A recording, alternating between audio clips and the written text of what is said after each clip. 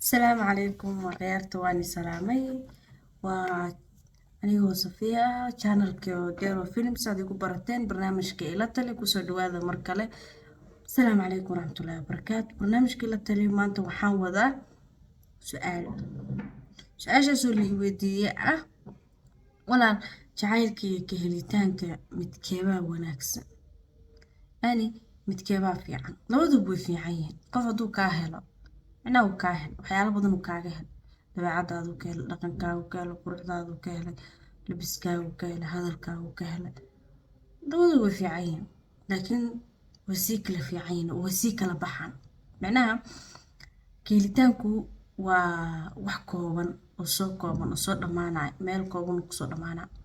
Jacaylku laakiin ma dhamaanayo. Wuu soconi ilaa ay wuxuu soconi qofkan uu ka miro dhaliyo jacaylkiisa. Macnaha ilaa iyo heer guur heer ubada isku dhashaan gaara. Laakiin ka helitaanka waa wax kooban. Hadduusan u dhow qofkaas markuu kaa helay uusan u bedelin jacayl. Sababtoo qofka marka hore kuma jeclaanayo isagoon kaa helin. Iskama kaa jeclaanayo. Marka hore wax adiga aad leedahay uu ka helayo.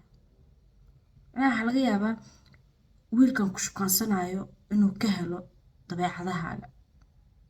Gabar waxaa tahay dabeecad fiican, gabar waxaa tahay dabeecad wanaagsan, gabar waxaa tahay asluub leh, gabar waxaa tahay sharaf iyo xisiin iyo karaamo mudan.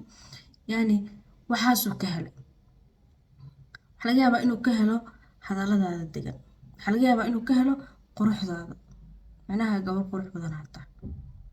Waxaa tahay gabar indho qurux badan leh, waji qurux badan leh, hadal macaan, yani labis qurux badan. Wuxuu ka helaa. Markuu waxaa ka helo wuxuu u dhow sii barana aduu ku sii barani. Maxaa gudaa, maxaa gashaa, maxaa samaysaa, qof maa la socotaa, qof ma xiriir la leedahay.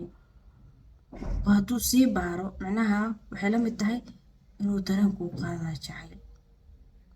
Laakiin jacaylku oo qofka aad la wadaagaysid waa qof aad la rabto wax alla waxa dunida ugu fiican. Maanta dunida waxaa ugu fiican.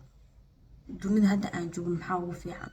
Wax alla wixii wanaagsan, wax alla wixii farxad ah. Macnaha qofka jecesha inuu faraxsanaado koow. Qofka jeceshahay inuu nolol raaxo leh ku noolaado.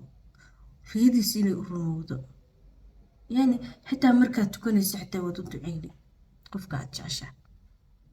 Sababtoo anagu waalidkan waan jecelnahay way noo duceeyaan annagana u duceyna ilaa hooyaday aabbe cimri dheer siiyaan dhaha. Waayo u dhahaa sababtoo hooyaday aabbe waan jeclahay. Saasoo kale qofkaas oo kale booska wuxuu kula simay hooyo aabbo. Waalidkiis booskii kula jiraan oo kula simay. Macnaha qofka salaad walba markuu tukanayo dhahayo ilaahay rabbi qofkaas waan jeclahay. Wuxuu rabo si farxadiisa u rumee, riyadiisa u rumee. Nolol farxadna ku noolaado. Qofkaas kaasaa jacayl ah. Helitaanku qofku heerkaas ma gaaray. Helitaanku ka helay bis haddana maalintii kale uu ku arko oo haddana ka helitaanka bilaabman. Laakiin markuu tago helitaanka ma laha. Soo jeed. Isku mid maaha labadooda. Labadooda farqi weyn u dhexeeya. Saas ku kala ogow, okay?